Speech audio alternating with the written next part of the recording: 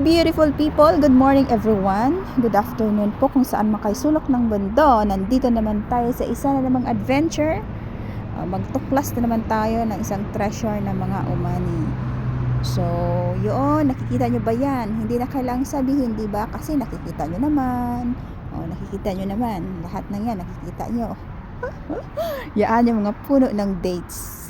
Kapag nabunga niyan, maganda tingnan, masarap yung mga bunga niyan.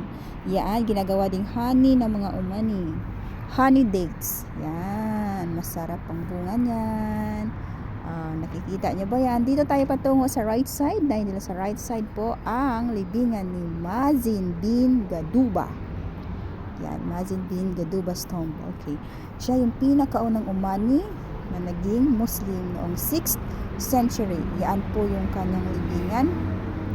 Mag-iisa po yan siya dyan. Wala siyang kasama dahil isa po siya sa treasure ng mga umani. Let's get inside na. Anyway, you cannot come here without any permit dahil po, yun nga, mahalaga sa mga umani yan. Kaya, kailangan ng permit bago pumunta rito. So, yun siya. Yan siya nakalagay. Anyway, meron pong mosque na nakapangalan din sa kanya, pero hindi muna natin pupuntahan sapagkat wala pa tayong permit.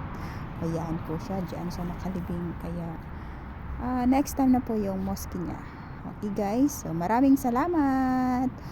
Anyway, we're here in Samail. Samail po ito Samail sa south eastern part pa rin po ng Oman. Kaya, good day everyone. I hope you enjoy.